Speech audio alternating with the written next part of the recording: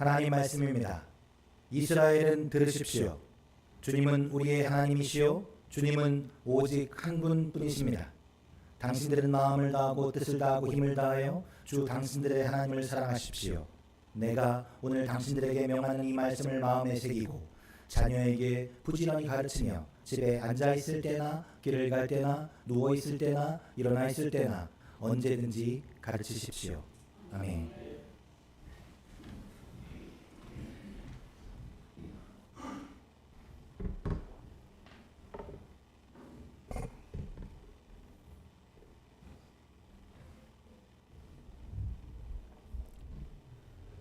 잘 오셨습니다. 제목부터가 힘드시죠? 네. 기도를 들으면서 사실은 설교를 준비하면서 마음이 불편했습니다. 과연 제가 이런 설교를 할 자격이 있을까? 라는 생각을 했지만 되돌아보면 사실 무슨 설교는 할 자격이 있어서 했나? 라는 그런 담대함으로 이렇게 섰습니다. 5월입니다. 이렇게 좀 날이 따뜻하죠. 그래서 자리가 많이 빈 것도 혹시 날이 따뜻해서가 아닐까라는 생각을 해봅니다. 차라리 추웠고 날씨도 안 좋고 그래야 되나라는 생각을 해봤지만 그래도 또 다른 분들을 위해서 좋아야죠. 우리가 날이 따뜻해지면 우리가 자연스럽게 가족을 생각하게 됩니다. 그래서 5월 하면 가정의 달이라고 많이들 이야기하죠. 거기 어린이날도 있고 또 부모님께 감사하는 그런 이야기들, 행사들을 많이 보게 됩니다. 또 우리 교회 안에서도 어버이 주일, 또 어린이 주일, 또 어느 곳에서는 셋째 주를 청소년 주일, 청년 주일 그렇게 또 지내기도 합니다. 그래서 특별히 5월달 되면 가정을 생각하며 우리 부모님들 그리고 다음 세대를 위해 우리가 기도하게 됩니다. 특별히 이 시간은 오늘 청년주일 또 어느 곳에서는 청소년주일 그렇게 주일을 지켜서 우리 그들과 함께하는 그런 말씀을 좀 나누려고 합니다. 아마 부모님이라면 누구나 비슷한 마음이 다 있을 것입니다. 내 아이가 잘 됐으면 좋겠다라는 그런 마음이 있으실 거고 또 우리 아이들이 힘들지 않게 이 땅을 살아갔으면 하는 마음이 있습니다. 그리고 또 우리 자녀들이 바른 길로 그렇게 걸어갔으면 좋겠다라는 생각을 늘 합니다. 그래서 부모는 늘 아이들을 보며 많은 고민을 하게 됩니다. 더 좋은 환경을 만들어 주려고 하고 우리 아이들이 부족함 없이 잘할 수 있도록 우리는 부단히 애를 씁니다. 또 우리 아이들의 학업과 또 교우 관계도 걱정하고 혹시 우리 아이들이 다른 아이들에 비해 뒤처질까 하는 그런 마음으로 늘 마음을 졸이기도 합니다. 그런데 어느 순간 우리는 아주 중요한 사실을 하나 놓칠 때가 있는 것 같습니다. 그것은 아이들은 부모가 만들어주는 그런 환경만으로 자라나는 것이 아니라 바로 부모의 삶을 바라보며 자라난다는 사실입니다. 아이는 부모의 말을 따라 자라는 것 같지만 사실은 부모의 뒷모습을 보고 우리 아이들은 자라나게 됩니다. 우리 부모가 무엇을 가장 중요하게 여기는지 그리고 우리 부모님이 무엇 때문에 기뻐하는지 또 어떤 일에 그 마음이 흔들리는지 그리고 어느 곳에 시간을 쓰고 있는지 또 그 마음을 쏟고 있는지 우리 아이들은 생각보다 깊이 그리고 유심히 우리들을 바라보고 있다는 것입니다. 그래서 하나님께서는 오늘 부모된 저와 여러분에게 이렇게 질문하는 것 같습니다. 너는 지금 무엇을 너의 자녀들에게 다음 세대들에게 남겨주고 있냐라고 하나님은 저와 여러분에게 묻습니다. 우리 사랑하는 부모 되신 성도님들은 지금 자녀들에게 무엇을 남겨주고 계십니까?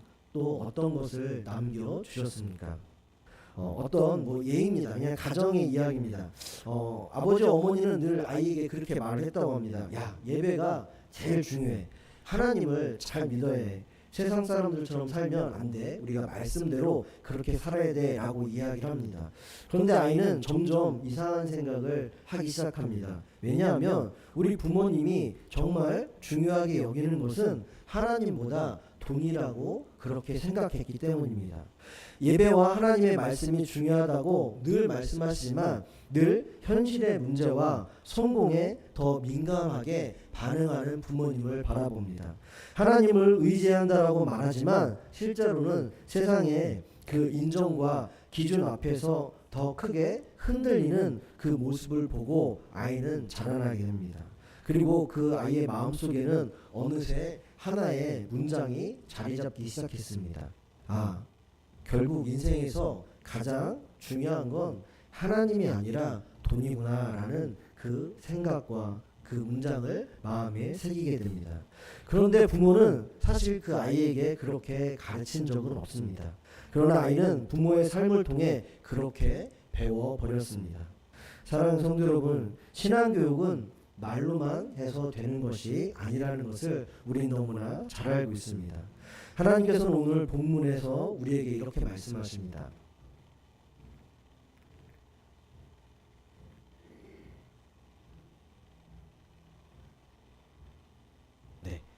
내가 오늘 당신에게 명하는 이 말씀을 마음에 새기고라고 우리에게 말씀하십니다. 그리고 다음 7절에 이렇게 이어집니다. 우리 한번 같이 읽어보겠습니다. 길을 갈 때나 누워있을 때나 일어나 있을 때나 언제든지 가르치십시오. 아멘. 집에 앉아있을 때, 그리고 길을 걸어갈 때, 그리고 누워있어, 그리고 일어날 때, 그때가 언제입니까? 바로 우리의 평범한 일상을 이야기합니다. 특별한 어떤 예배 시간이나 어떠한 시간이 아니라 바로 부모와 함께 숨쉬고 살아가는 그 일상 속에서 우리 아이들은 우리 부모의 등을 보며 그 말씀을 배운다라고 기록하고 있습니다. 하나님은 먼저 우리 부모의 마음을 만지십니다. 자녀를 가르치기 전에 먼저 부모 자신이 하나님을 사랑하라고 우리에게 말씀하십니다. 왜냐하면 부모의 가슴에 없는 믿음은 자녀의 가슴으로 흘러갈 수 없기 때문입니다. 우리는 아이들에게 늘 이야기합니다. 기도해라 라고 이야기합니다. 그런데 아이들은 그 부모가 실제로 기도하는 모습을 본 적이 거의 없습니다. 그리고 우리는 아이들에게 감사하며 살아야 된다고 이야기합니다. 그런데 그 집안의 모습을 보면 감사보다는 늘 불평이 더 많은 것 같습니다. 그리고 우리는 예배가 중요하다라고 늘 이야기합니다. 하지만 우리의 삶이 피곤할 때, 또한 우리에게 어떠한 일이 생기면 가장 먼저 포기하는 것이 예배입니다. 아이들은 결국 부모의 입술보다 부모의 우선순위를 통해 그들의 삶을 배우게 된다는 것입니다. 그래서 신앙교육은 바로 기술이 아니라 그 가정의 분위기입니다. 가정 안에 흐르는 공기라는 것입니다. 누군가를 향해 말하는 태도이고 어려움 앞에서 반응하는 그 부모의 모습입니다. 하나님 앞에 무릎 꿇는 습관을 이야기합니다. 요즘 TV나 유튜브를 보면 자주 등장하는 인지심리학자 교수인 김경일 교수가 자주 하는 이야기가 있습니다. 인간은 생각보다 반복적으로 경험하는 환경과 분위기의 영향을 크게 받는다라고 이야기합니다. 그러니까 반복적으로 우리가 경험하는 것, 그리고 분위기와 그 태도가 결국 그 한 사람의 가치관을 만든다라고 늘 그렇게 이야기합니다. 저는 이 이야기를 들으면서 참 많은 생각을 했습니다. 우리의 신앙도 마찬가지입니다. 아이들은 부모가 교회 가는 모습, 말하는 그것을 기억하기보다는 하나님 앞에서 살아가는 모습을 기억한다는 그 이야기입니다. 힘들 때 그 부모가 기도하는 모습, 잘못했을 때 회개하는 모습, 그리고 누군가를 용서하는 그 모습, 그리고 예배를 소중히 여기는 그 태도를 보며 그 장면들이 아이들의 마음속에 오래 남는다라는 이야기입니다. 성도님들과 이야기를 하다 보면 참 놀랍게도 비슷한 그 간증 같은 이야기를 듣습니다. 어릴 때 새벽마다 아니면 어느 곳에서 늘 기도하시던 어머니의 그 목소리, 그 모습이 기억난다라는 이야기를 참 많이 듣습니다. 그 아이는 어머니의 어떤 잔소리나 설교보다 어머니의 그 기도했던 그 모습이 평생 기억에 남았다는 이야기입니다. 그 기도하는 등을 그 아이는 어른이 되어서도 기억하고 있었습니다.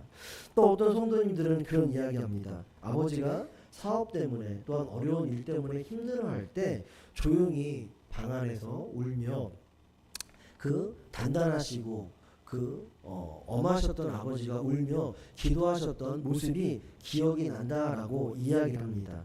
그날 처음 알았다고 합니다. 아버지가 하나님 앞에 예배드리는 사람이었구나, 기도하는 사람이었구나라는 그런 생각을 했다고 합니다.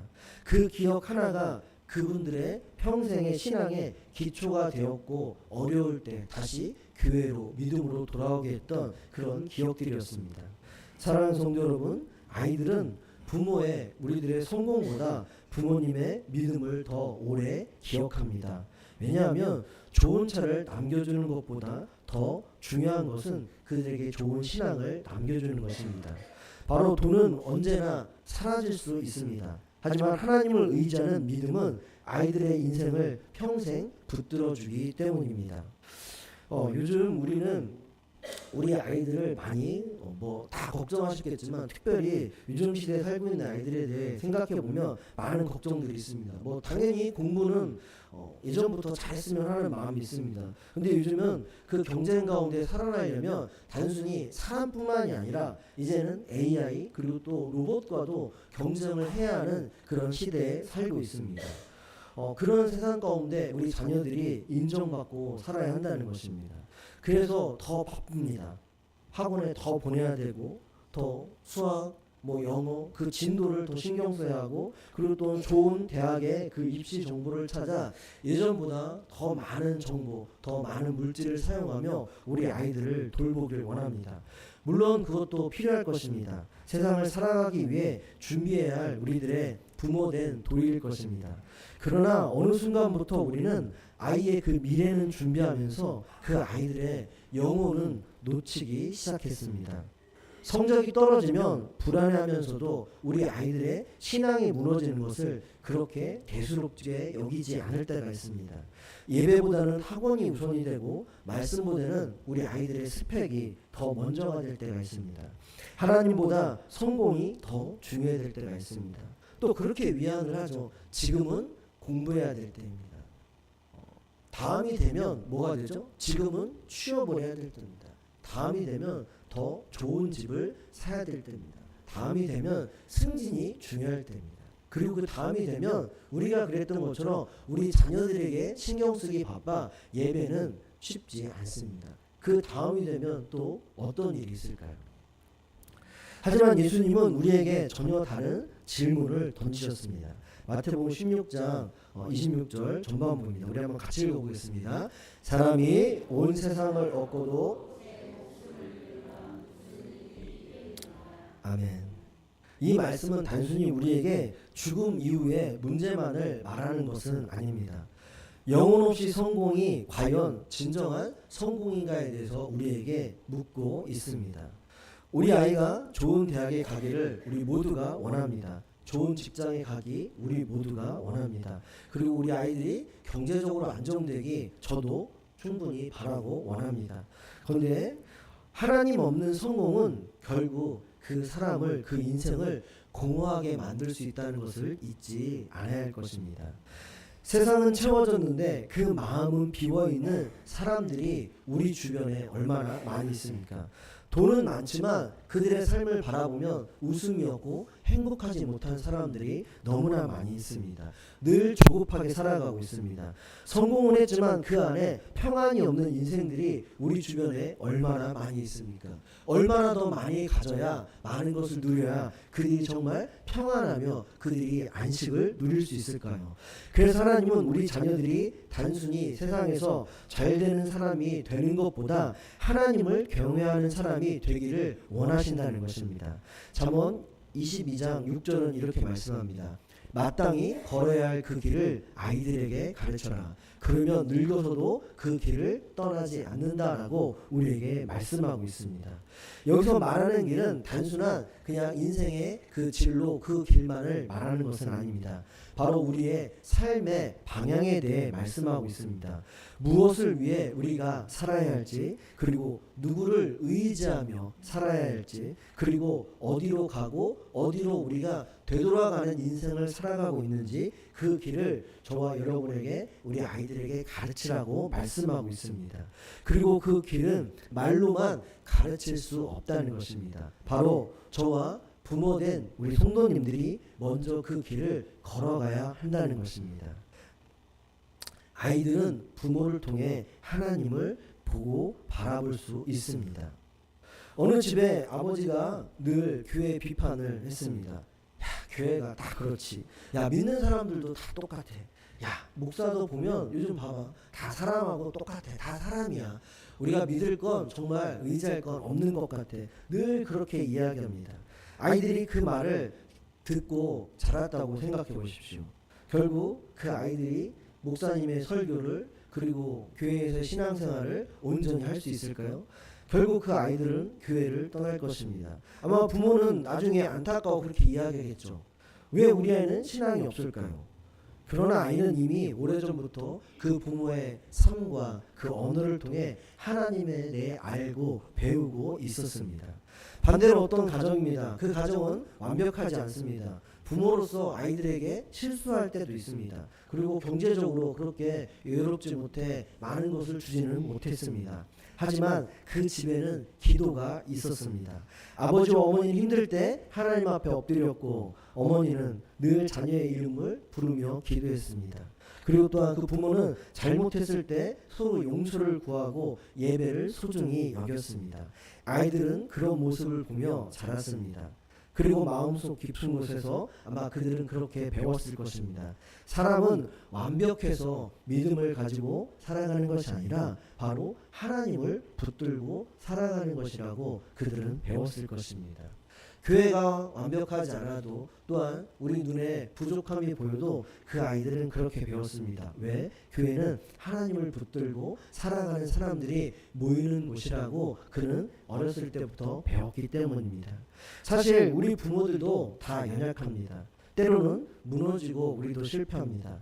그러나 하나님은 완벽한 부모를 찾으시는 것이 아니라 넘어져도 다시 하나님께 다시 나아와 돌아오는 그런 부모를 찾고 계십니다. 그 믿음은 쉽게 무너지지 않습니다. 사랑하는 성도 여러분, 요즘 청소년들은, 우리 청년들은 이전 세대보다 훨씬 더 많은 정보를 가지고 있습니다. 어쩌면 저희들보다 더 많은 다양한 지식을 가지고 있을 것입니다. 하지만 그러기에 그들은 동시에 더 큰 불안 속에서 살아갑니다. 왜? 늘 비교 속에서 살아갑니다. 많은 것을 알기 때문입니다. 인터넷이나 SNS를 열면 누가 더 예쁜지, 누가 더 잘 사는지, 누가 어떻게 살아가는지 더 큰 성공을 바라봅니다. 그래서 그 아이들은 끊임없이 다른 사람들과 나를 비교하게 됩니다. 성적 때문에 그들은 무너지고, 관계 때문에 더 많은 상처를 받습니다. 그리고 많은 이들과 소통할 수 있지만 우리 아이들은 그 많은 사람들 가운데서도 늘 외로워하며 살아가고 있습니다. 세상은 아이들에게 그렇게 말하기 때문입니다. 너는 더 잘해야 돼. 왜? 많은 사람들이 그렇게 하고 있기 때문에 너는 더 성공해야 돼. 너는 더 인정을 받아야 돼. 라고 우리 자녀들은 세상에서 그렇게 이야기를 들으며 살아옵니다. 그러나 하나님은 아이들에게 그렇게 말씀하지 않습니다. 하나님은 저와 여러분에게 말씀하셨던 것처럼 아이들에게도 그렇게 말씀하십니다. 너는 내 사랑하는 자녀다라고 우리에게, 그리고 아이들에게 말씀해 주십니다.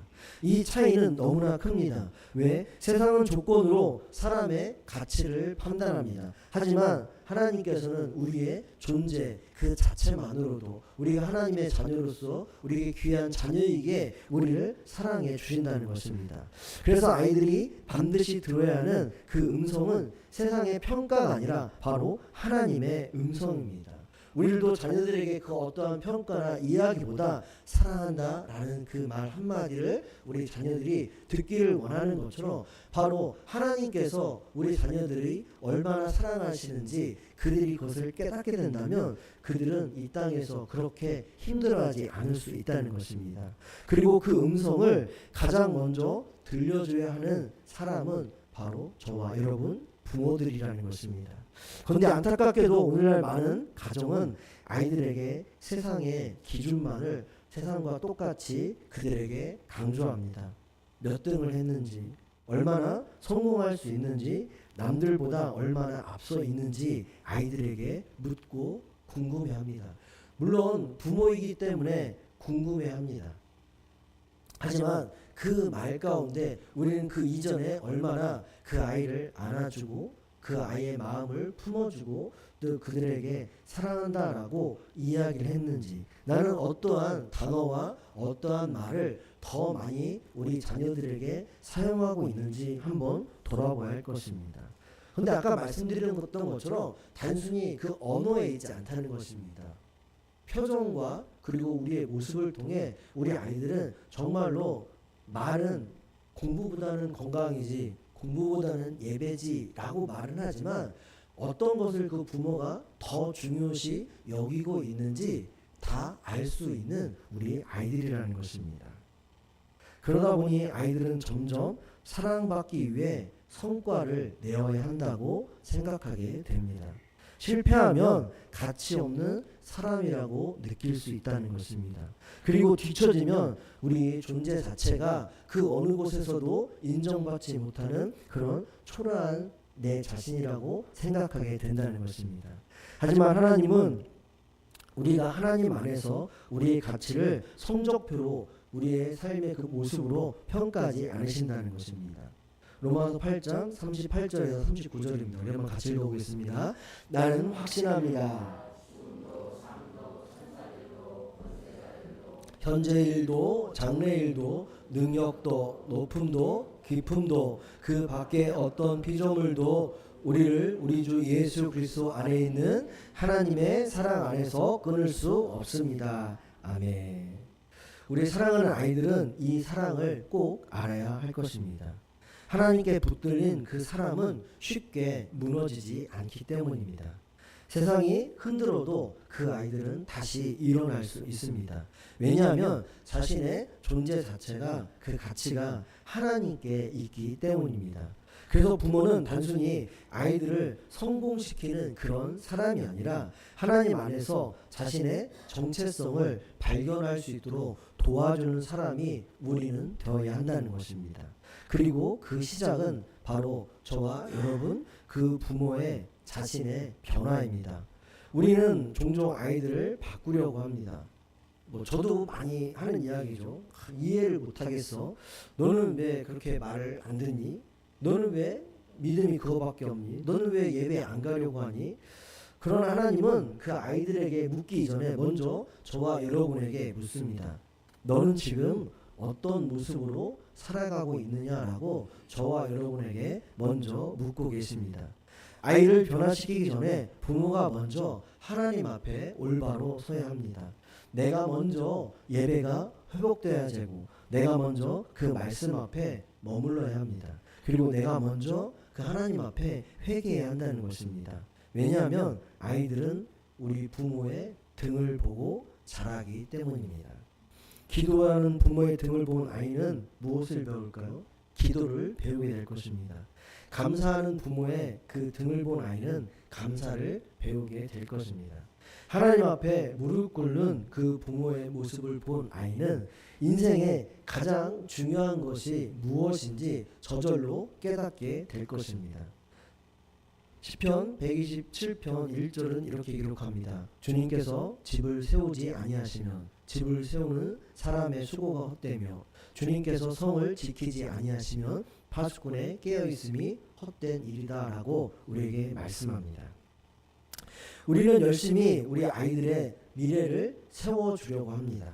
그러나 하나님 없이 세운 인생은 결국 흔들릴 수밖에 없다는 것입니다. 그래서 오늘 하나님은 우리에게 다시 말씀하십니다.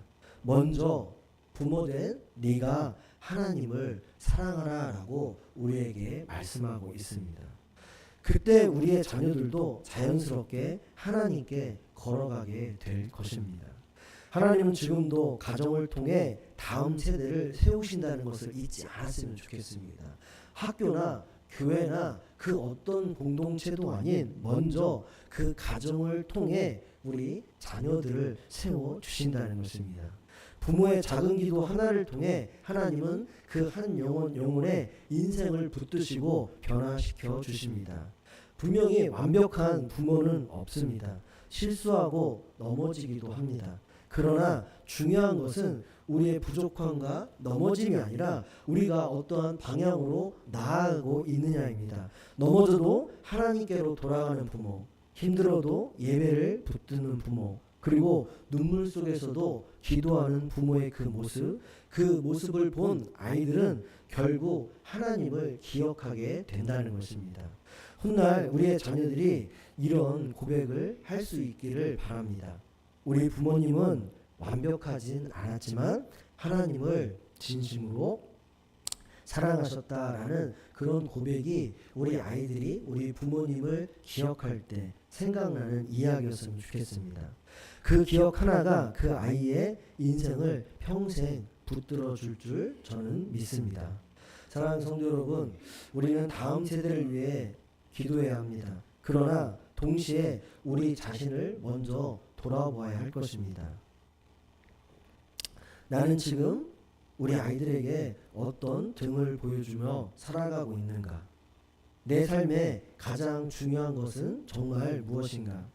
아이들이 나를 통해 정말로 하나님을 바라볼 수 있을까? 오늘 하나님께서 우리의 가정을 새롭게 하시길 간절히 축원합니다.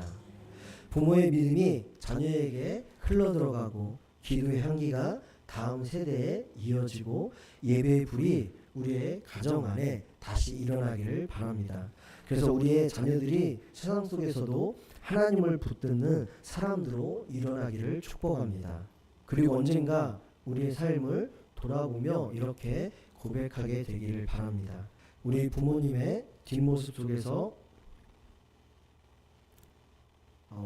저는 하나님을 보았습니다 라는 그 고백이 우리 가정 안에 있기를 간절히 축복합니다. 기도하겠습니다.